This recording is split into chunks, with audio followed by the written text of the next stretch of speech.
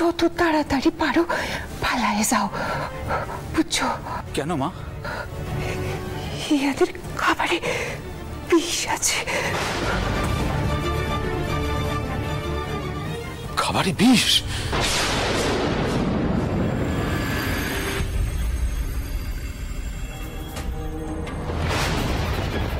বচাই বাবু, এ খাবার খাবেন না।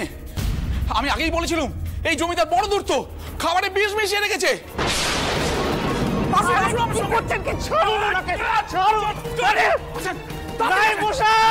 পাখি পালালো। আরে কোথায় গেলেন? মা, মা জেগে আছো মা? ও মা,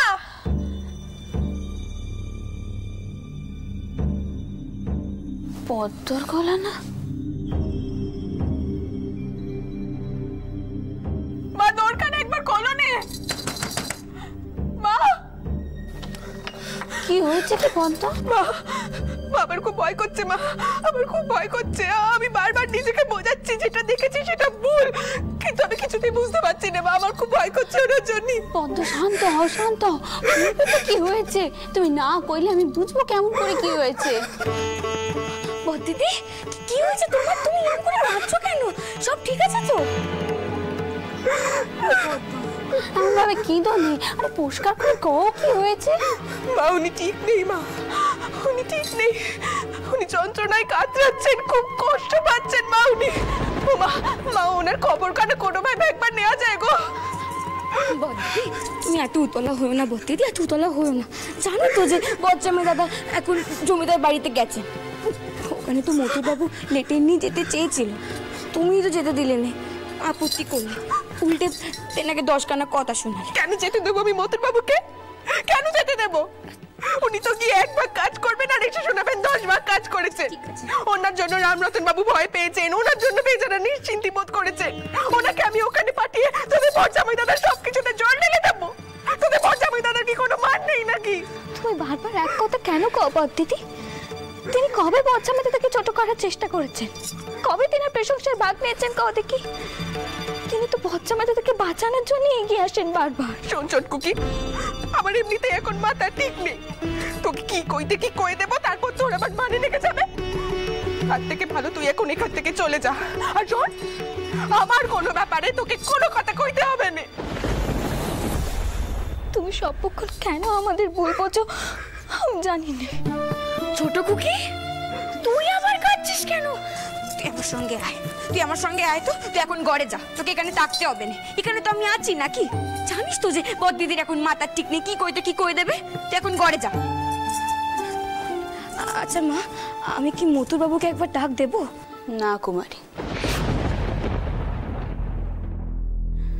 আমি মতুরকে এইসবের মধ্যে জড়াতে বারণ করেছি।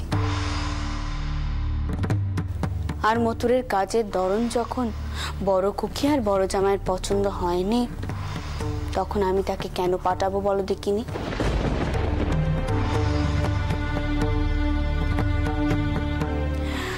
আর তাছাড়া নিজের কানেই তো শুনলে পদ্ম কি কইল। এই সংসার ভাগাভাগি নিয়ে অশান্তি আমি আর চাইনি।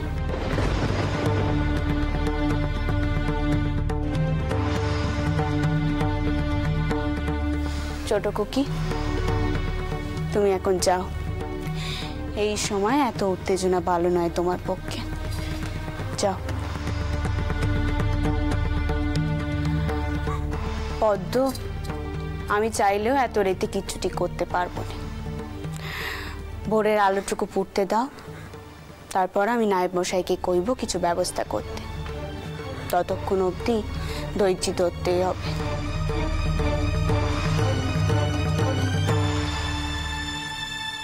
মতুর বাবু থাকলেও তুমি এমনটাই করতে তো মা? তখন তো এমনটা তুমি করতে না। এই রাত বিরেতে সকলকে জাগিয়ে তুমি ঠিক একটা ব্যবস্থা করতে।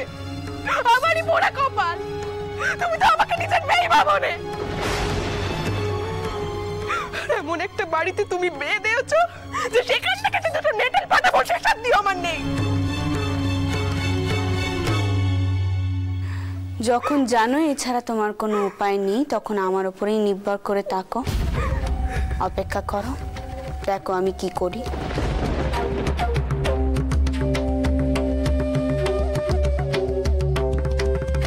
হলো চটকুকি? আমার কথা তোমার কানে যায়নি? আমি তো যেতে কইলু, শুনতে পাওনি তুমি?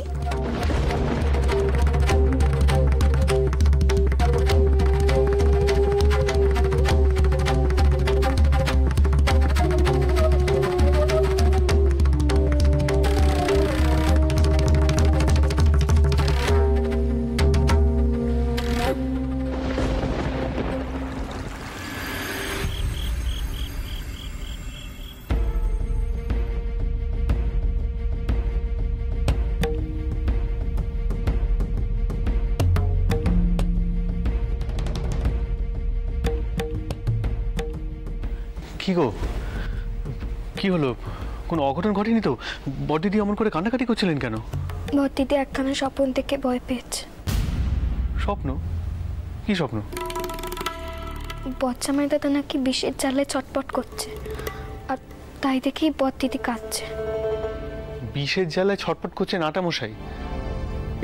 এই যে বড় অদ্ভুত স্বপ্ন। মেসিদি তাই দেখে আপনাকে পাঠাতে চাইছিল, আর তাতে বড়দিদি।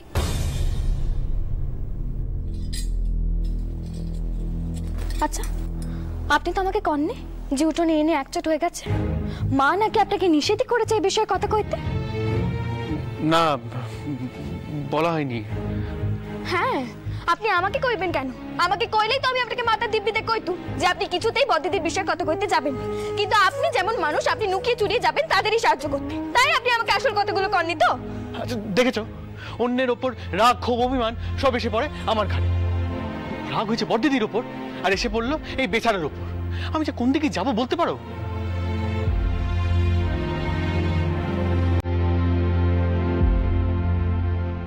না, কান্নাকাটি করে না জগদম্বাক। সবাই যে আমাদের দিকটা বুঝবে এমন তো নয়, তাই না? আর তুমি চোখের জল ফেলো না। তোমার চোখের জল কিন্তু আমি সহ্য করতে পারি না।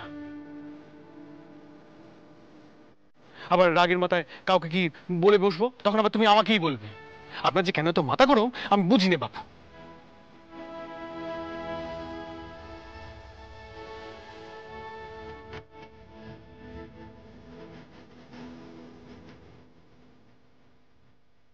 হ্যাঁ, এমন করেই হাসি খুশি থাকবে, বুঝেছ? তোমার হাসি মুখে দেখতে ভালো লাগে।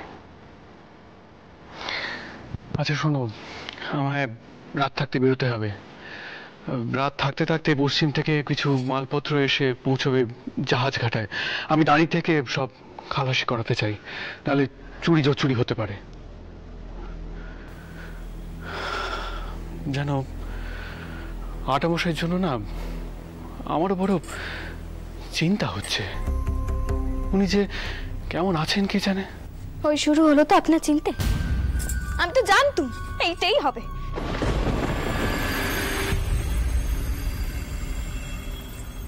কি করি বল? নিজের মান সম্মানের চেয়েও যে এবারের মানুষজনের দাম আমার কাছে অনেক বেশি। মা আমাকে পাঠালে ভালো করতেন, দেখে তা যখন হবার নয় তখন আর ভেবে লাভ নেই। আমি তৈরি হতে গেলাম, বুঝলে? জাহাজ ঘাটে বেরোতে হবে।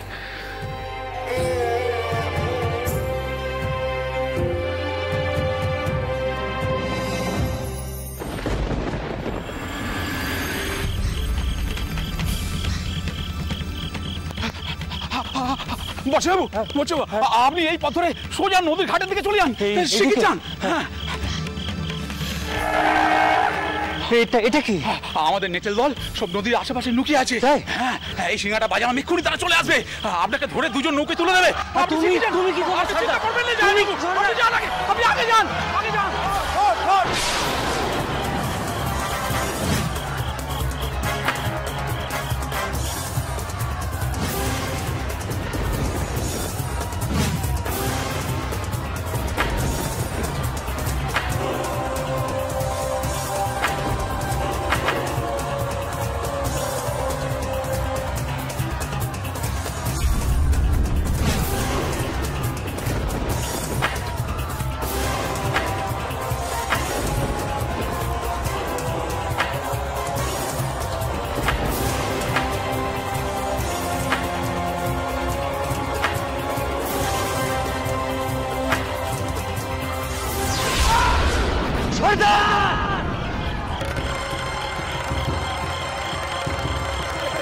এই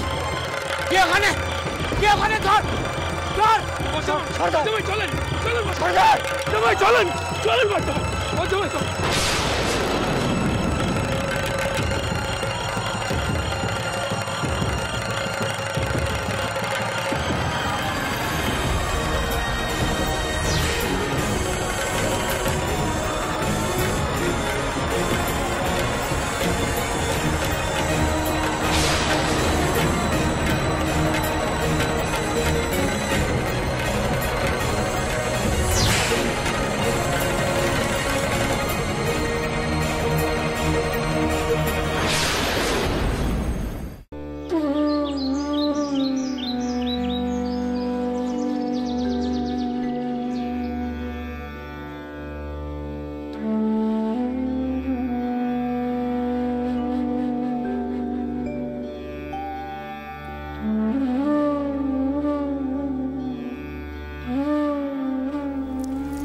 তুলসী তুলসী নারায়ণ, তুমি তুলসী বৃন্দাবন। দেখো জনার্দন, তিনি যেন সুস্থভাবে ফিরে আসেন। দেখো দিদি, মা এখনই আসছে, এসে নিশ্চয়ই কিছু একটা ব্যবস্থা করবে, তুমি দেখে।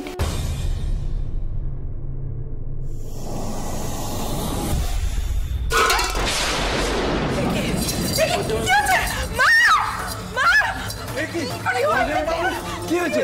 ওরে কে আছিস? একটা বসার জায়গা নিয়ে শিগগির। তো কান্নাকাটি তামা কত সরজ এক্ষুনি জল নিয়ে আয়, দেখি তাড়াতাড়ি যা।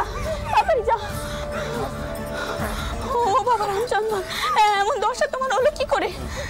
নাই বাসায় আপনি এক্ষুনি সর্দারকে ডাকুন। আমি জানতে চাই সে টাকা সত্ত্বেও রামচন্দ্রের এমন দশা হলো কেমন করে।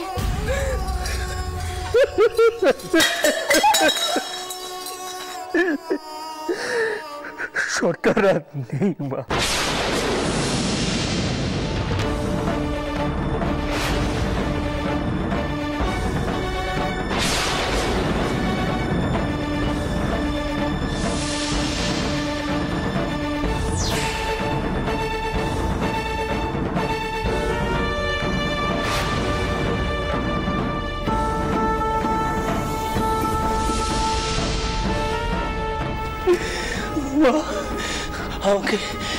আমাকে রক্ষা করতে কিছু সর্দার প্রাণ হারিয়েছে।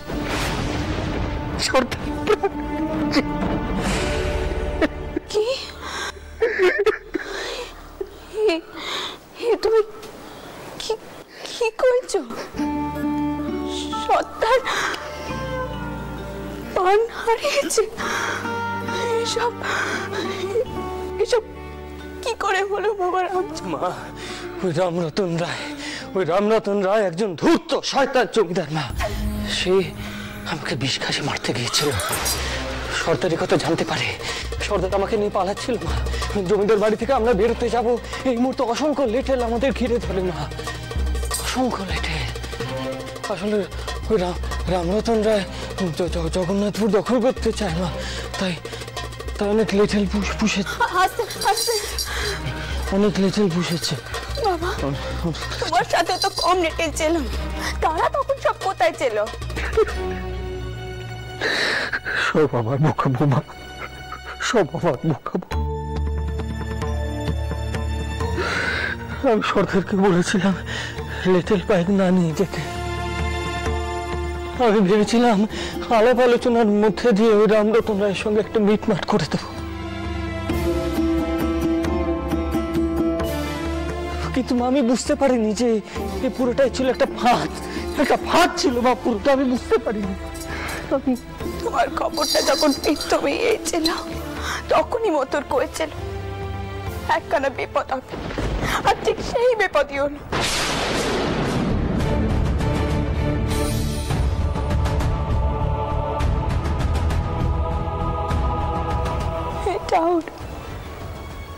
তুমি কি করলে টাউন? শেষে কিনা সর্দারকে বি করে পান দিতে হলো।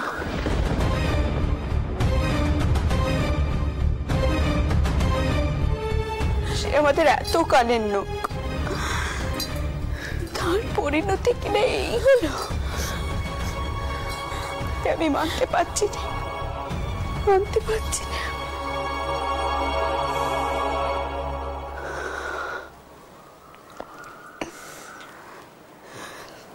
তার দেহ কোথায়?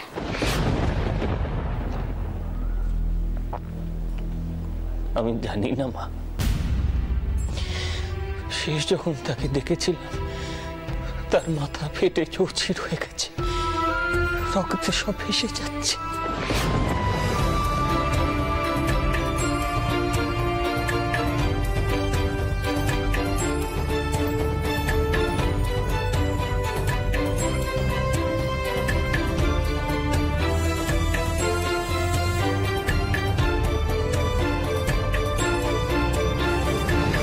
সব আমার দোষ, সবই আমার ভুল, আমার বোকামো।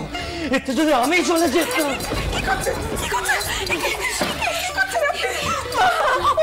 তুমি শান্ত হতে, এসব কথা একদম বলবেন না, একদম বলবেন না এসব কথা। তুমি বড় জামাইকে নিয়ে ঘরে যাও, তার শরীর মন দুই ভেঙে পড়েছে। মানুষ এত ধূর্ত হতে পারে আমি ভাবতে পারিনি, আমি সত্যি ভাবতে পারিনি। রামরতন রায় আমাকে বিষ খাইয়ে খুন করতে চেয়েছিল, আর আমার জন্য সরকার চলে গেল। ঘরে চলুন, আপনি ঘরে চলুন, আসুন। আমিও আপনার সঙ্গে যাচ্ছি। জামা সাবধানে নিয়ে যা, আর বুঝাঙ্গ তুমি একটু বজ্জামাইকে ঘরে দিয়ে আসো। সাবধানে ধীরে। মানুষকে বিশ্বাস করছি, শান্ত, এবার করবেন না। মানুষকে বিশ্বাস করা। ঘরে চলুন, একটু বিশ্রাম করবেন, আসুন।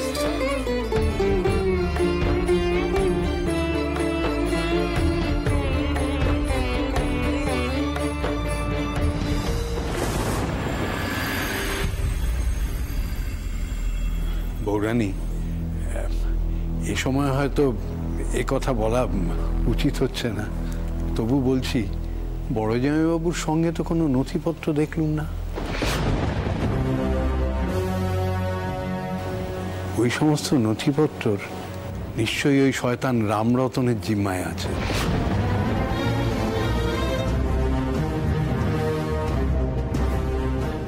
আমার আশঙ্কা ওই রামরতন ওইসব দলিলপত্র জাল করে জগন্নাথপুরের দখল নেবে।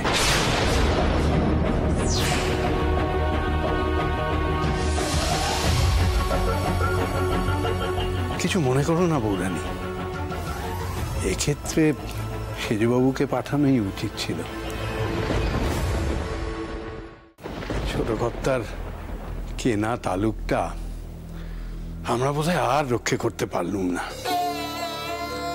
আমাদের তো কোনো প্রমাণ দেবার নেই।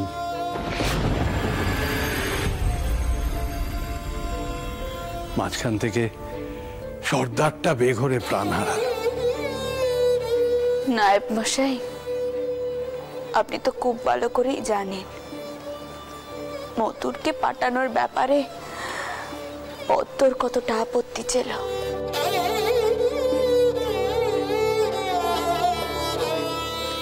এভাবে জেদাজেদি করলে আরো অনেক তালুকি হারাতে হবে আমাদের একদিন। এই রামরতন রায় যদি একবার জগন্নাথপুরের দখল নিতে পারে, তাহলে চারিদিকে রটে যাবে যে ছোট কর্তার মৃত্যুর পর তার সম্পত্তি রক্ষা করার আর কেউ নেই।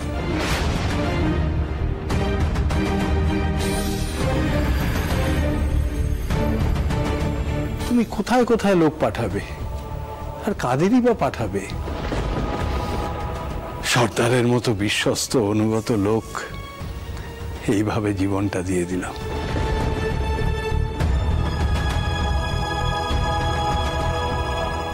বৌরানী, কিছু মনে করো না, তোমার এই সিদ্ধান্তটা কিন্তু ঠিক হয়নি। তোমার আরো কড়া হওয়া উচিত ছিল।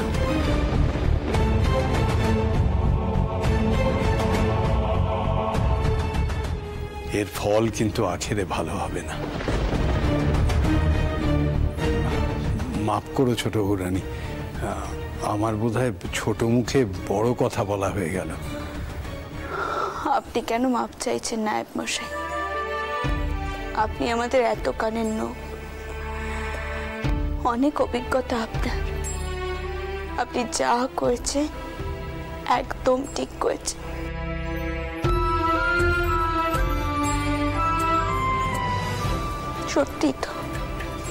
সত্যি তো এখন 5 জনে ভাববে তারা অনাথ হয়ে গেছে। আর তিনার কষ্টের ধন ওই রামরতন বাবু কেনই বা ভোগ করবে? আমার বেচারা তিনার নেটেলের হাতে কেন মার খাবে? সর্দারের এই মৃত্যুর জবাব ওই রামরতন বাবুকে দিতেই হবে। ভুজঙ্গ, হ্যাঁ মা, তুমি এক্ষুনি পালকি তৈরি করো। নায়েব মশাই, আপনি আমার সাথে যাবেন। আমি এখনই জগন্নাথপুরের দিকে রওনা হব।